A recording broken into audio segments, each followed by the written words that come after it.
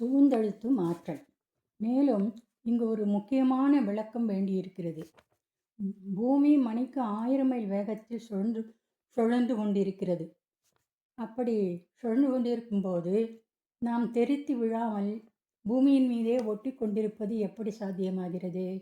இறைவழியின் சூழ்ந்தழுத்தும் ஆற்றல்தான் காரணம்.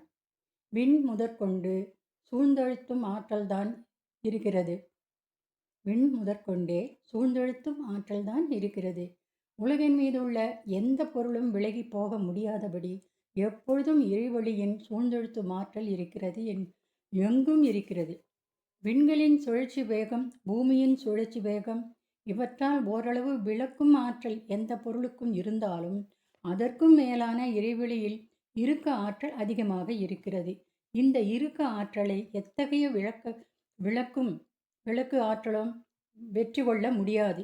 இதனால்தான் மனிதர்கள் தெரித்து விழாமல் விலகி போகாமல் காக்கப்படுகின்றனர். கடல்களும் தெரித்து விழாமல் இருக்கின்றன.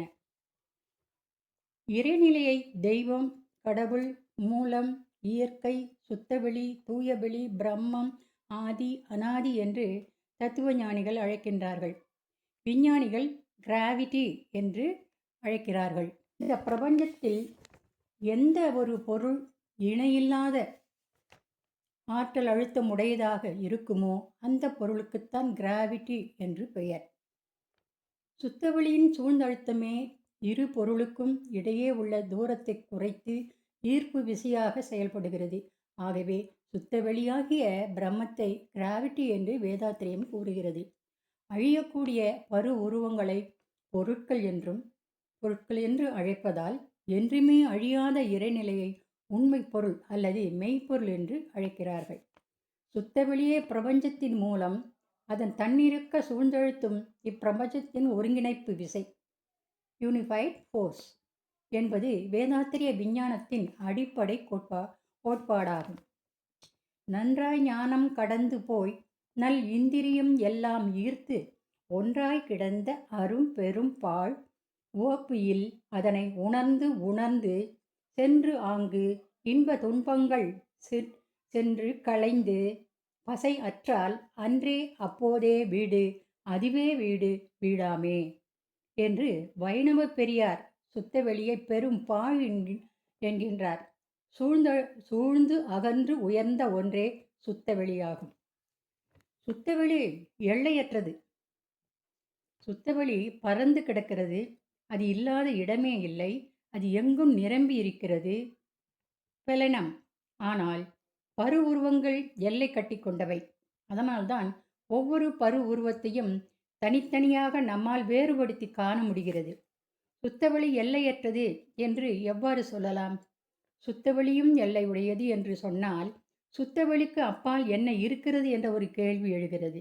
இவ்வாறு சிந்தித்து ஆராயும் பொழுது சுத்தவெளியே எல்லையற்றது என்று முடிவுக்கு வருகிறோம். எது முதலில் இருந்தது, எது பின்னர் தோன்றியது? வெளி பரு உருவங்கள் என்பவற்றில் எது முதலில் இருந்தது, எது பின்னர் தோன்றியது என்று ஆராய்வோம். வெளியிலிருந்து பரு உருவங்கள் தோன்றினவா, பரு உருவங்களிலிருந்து வெளி தோன்றியதா? பரு உருவங்களிலிருந்து வெளி தோன்றியிருக்க முடியாது.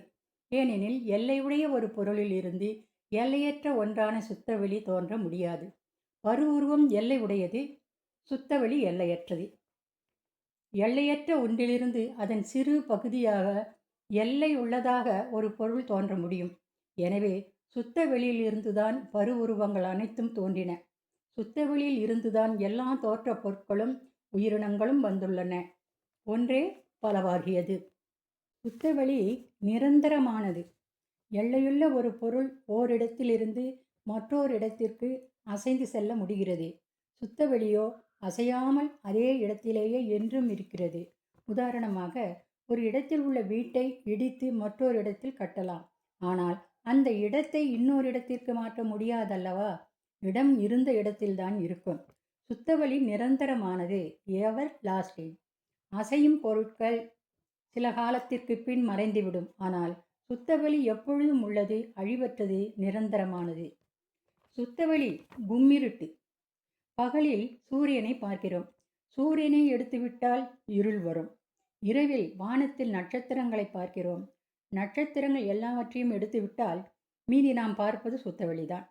அந்த சுத்தவெளி கும்மிருட்டாக இருக்கிறது, கருப்பாக பிளாக் உள்ளது. சுத்தவெளி பறந்து கிடக்கின்றது. சுத்தவெளி பாய்மப்பொருள். இந்த சுத்தவெளியானது களங்கமற்ற அனைத்து ஊடுருவும் பொருளாகவும், சுத்தவெளி தூய்மையான பளிங்கு வெளி டிரான்ஸ்பரண்ட் போன்றது, தடையற்றதாக உள்ளது. கொஞ்சம் கூட தங்கு தடையில்லாது எந்த ஒன்றையும் பார்க்க வழியாக இருக்கின்ற பொருள் இறைவெளி ஒன்றுதான். 10 மைலுக்கு அப்பால் ஒரு மலை இருக்கிறது, அதை பார்க்கிறோம். பல ஆயிரம் மைலுக்கு அப்பால் ஒரு நட்சத்திரம் இருக்கிறது, அதையும் பார்க்கிறோம். இடையில் தடை இல்லை. அங்கே என்ன இருக்கிறது என்றால் சுத்தவெளிதான் இடையில் இருக்கிறது. இது ஒரு தெய்வீக பாய்ம பொருள், மைட்டி டிவைன் ஃப்ளூயட் என்று சொல்லலாம். சுத்தவெளி எங்கும் எதிலும் ஊடுருவி பெனட்ரேட்டிவ் நிறைந்து செயலாற்ற வல்லது. சுத்தவெளி எங்கும் எதிலும் ஊடுருவி நிறைந்து செயலாற்ற வல்லது. அனைத்தையும் தன்னுள் ஊடுருவ இடம் கொடுக்கும் ஆற்றலாகவும் உள்ளது. பெர்மபிள், கண்களால் உணர முடியாததாகவும் உள்ளது. இம்பர்செப்டபிள். ஆகவே சுத்தவெளி பாய்ம பொருளாக விளங்குகிறது. பாய்ம பொருள் என்பதை புரிந்து கொள்ள ஓர் எடுத்துக்காட்டை பார்ப்போம். ஒரு பாத்திரத்தில் தண்ணீர் இருக்கிறது. இத்தண்ணீரில் கொஞ்சம் பயிர்களை ஊற வைக்கிறோம். சிறிது நேரத்திற்கு பின் பார்த்தால் தண்ணீர் பயிருக்குள் ஊடுருவி இருக்கிறது. பயிர்களும் தண்ணீருக்குள் இருக்கின்றன. தண்ணீர் பயிருக்குள் ஊடுருவி இருப்பது போல் சுத்தவெளி எல்லா பொருட்களுக்கும் உள்ளும் ஊடுருவி பெனட்ரேட்டிவ் இருக்கிறது. நமது உடலுக்குள்ளும் சுத்தவெளி ஊடுருவி உள்ளது. பயிர்கள் தண்ணீருக்குள் எப்படி ஊறி இருக்கின்றனவோ அதேபோல் எல்லா பொருட்களையும் தன்னுள் ஊடுருவி செல்ல அனுமதி அளிக்கிறது. பெர்மபிள். நாமும் சுத்தவெளியில் ஊடுருவி செல்ல அனுமதி அளிக்கிறது. எனவே சுத்தவெளி எங்கும் நிறைந்த பாய்ம பொருளாக, அனைத்து ஊடுருவும் இயக்கமாக, எந்த பொருளும் இயக்கமும் தன்னில் ஊடுருவத்தக்க ஓர் ஊடகமாக அமைந்திருக்கிறது. எந்த ஒரு பொருளும் அடிப்படை துகள்களின் ஃபண்டமெண்டல் பார்ட்டிகல்ஸ் கூட்டுதான் என்று விஞ்ஞானம் சொல்கிறது. அந்த அடிப்படை துகள் எதனால் ஆனது, அது எவ்வாறு உருவாக்கப்பட்டது என்ற கேள்விக்கு இன்றைய விஞ்ஞானத்தில் தெளிவான விடை இல்லை. அடிப்படை துகள்களை பற்றிய அடிப்படை ஞானம் இல்லாததே இன்றைய விஞ்ஞானத்தின் அஞ்ஞானம். ஒரு இயற்பியல் துறை பேராசிரியர் அணுகி வாட் இஸ் மேட்டர் என்ற கேள்வியை அவர் முன் வைத்தால், matter is a collection of fundamental particles என்று சொல்வார்.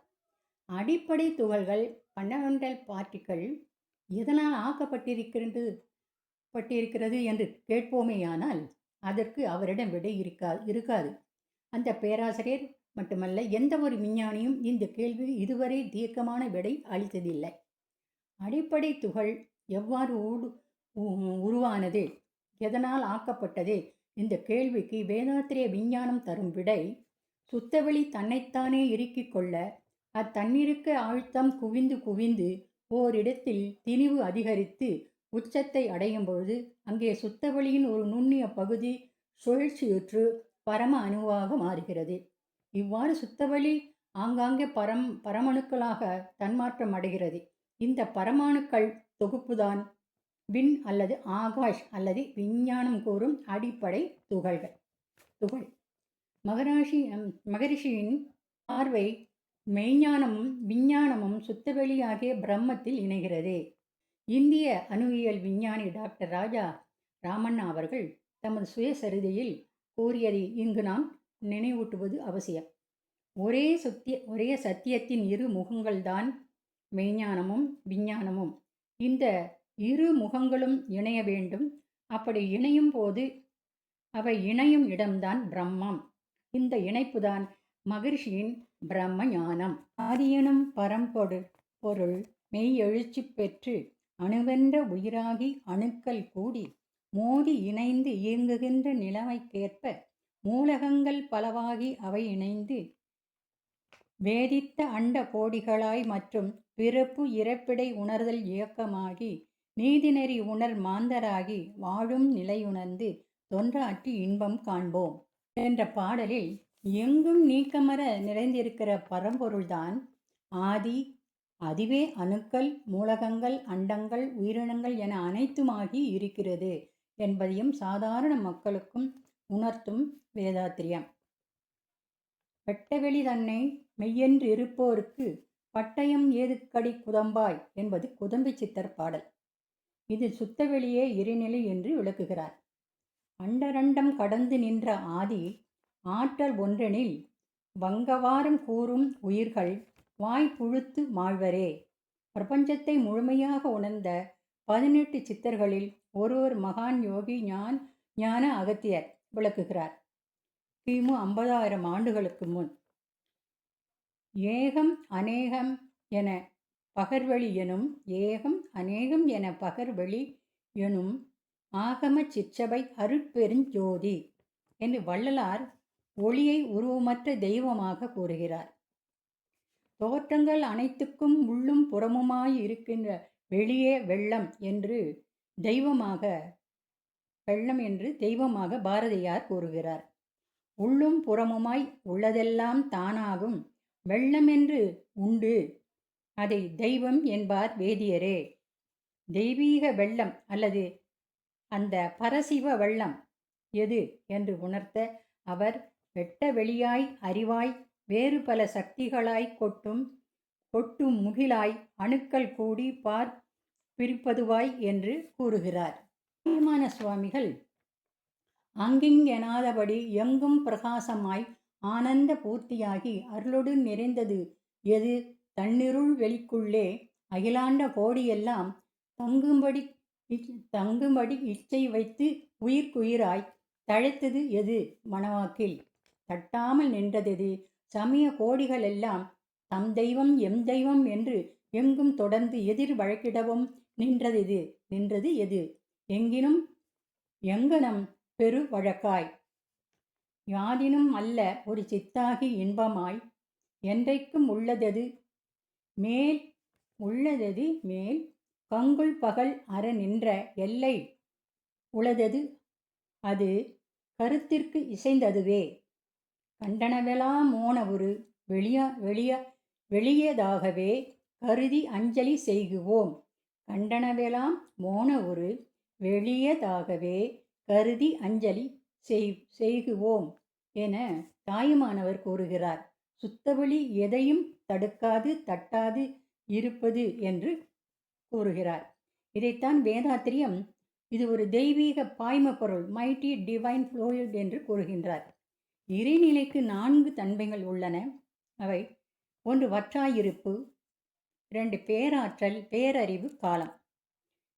இறைநிலை குறைவுபடாத வற்றாயிருப்பாக இருக்கிறது. அனைத்துக்கும் மூலமான பேராற்றலாக இருக்கிறது. எல்லாம் உணரத்தக்க பேரறிவாக இருக்கிறது. காலம் என்ற கருத்தின் நுண் அழகாகவும் இருக்கிறது. இந்த 4மே இறைநிலையின் தரமாகும். இவற்றில் எந்த ஒன்றையும் இறைநிலையில் இருந்து பிரித்து பார்க்க முடியாது.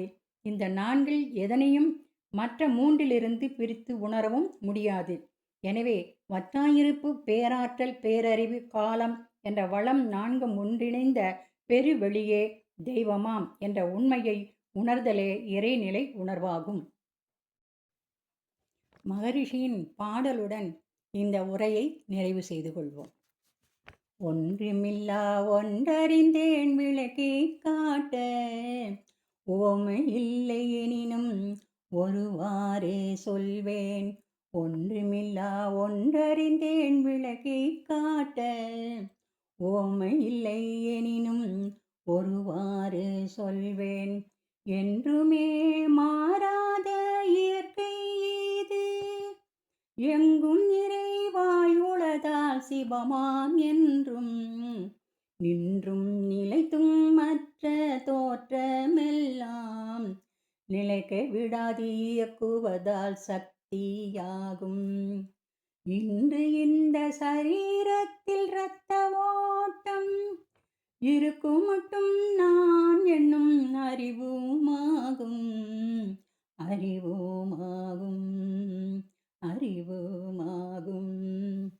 ஆதிநிலை அறியவென்றால் அறிவை கொண்டு அணுமுதலாய் அண்ட பிண்ட தோற்றம் மற்றும் சோதி சப்தம் சுவைகளோடு மனங்கள் என்று சொல்லுகின்ற அனைத்தையுமே ஒவ்வொன்றாக ஊதி தள்ளி விட்டு வர கடைசியாக உளது அறிவே அதையும் கழித்து விட்டான்.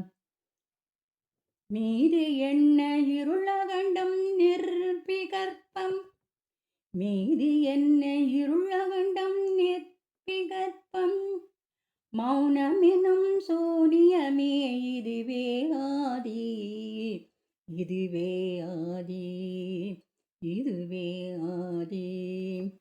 உருவத்தை கழித்து விட்டால் அருவம் மீதி, ஒளி கழித்தால் இருப்பு அங்கே மௌனம் ஆகும். உருவத்தை கழித்து விட்டால் அருவம் மீதி, ஒளி கழித்தால் இருப்பு அங்கே மௌனம் ஆகும்.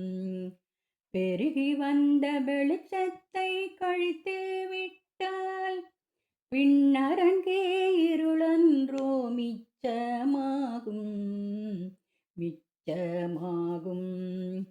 பொருளோடு அசைவாகும் இயக்கம் நீக்க பூரணமே மிகுதிப்படும் அன்றோ ஆய்வீர். பொருளோடு அசைவாகும் இயக்கம் நீக்க பூரணமே மிகுதிப்படும் அன்றோ ஆய்வீர்.